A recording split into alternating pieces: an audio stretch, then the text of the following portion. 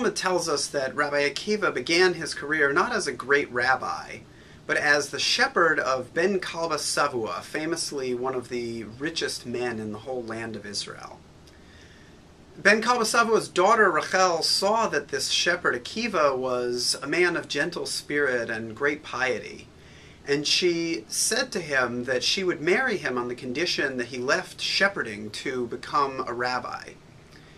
They eloped without her father's permission, and he was understandably quite upset about this and vowed that his daughter would never see a pruta of his wealth, a penny.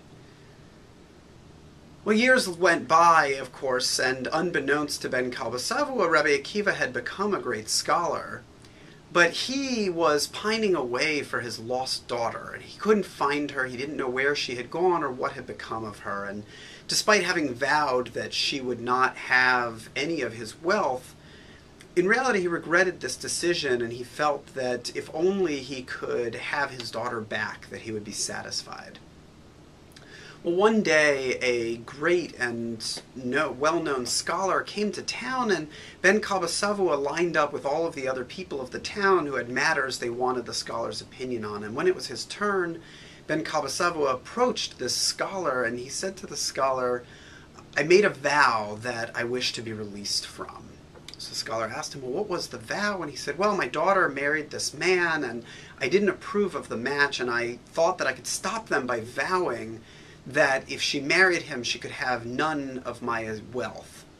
But she married him anyway, and the truth is, Rabbi, I regret having made this vow because I just want to have my daughter back."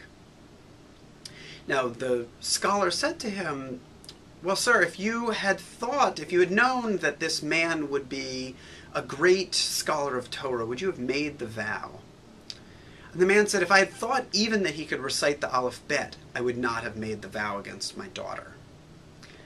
And the scholar stood up and he said to the man, "Well, then you are released from this vow, for I am your son-in-law, Rabbi Akiva." And that's the story, as the Talmud tells, of how the family was joyously reunited. But the story stands in direct conflict with a mitzvah that we learn in this week's Parsha, Matot.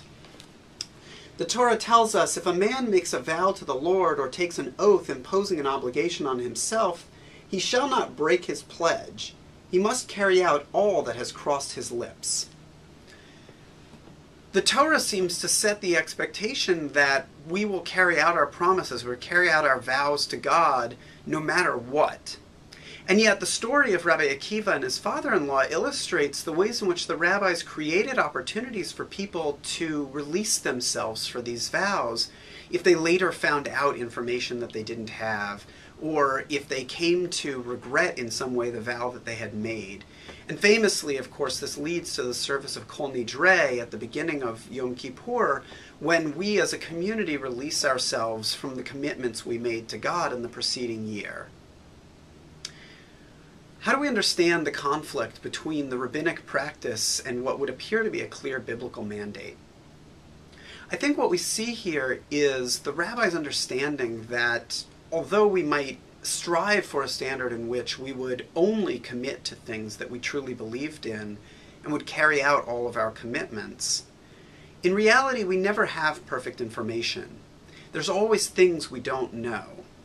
As Rabbi Akiva's father-in-law didn't know that he had married Rachel with a commitment to become a scholar and a sage.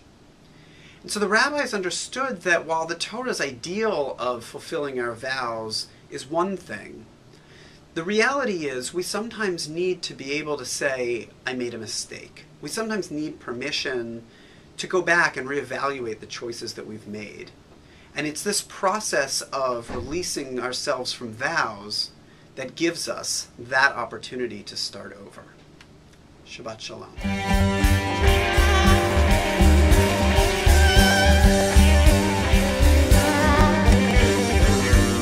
La comida la mañana la daré, la traigo atrás. La comida la mañana la daré, la traigo atrás. Que lo sepa la mi madre que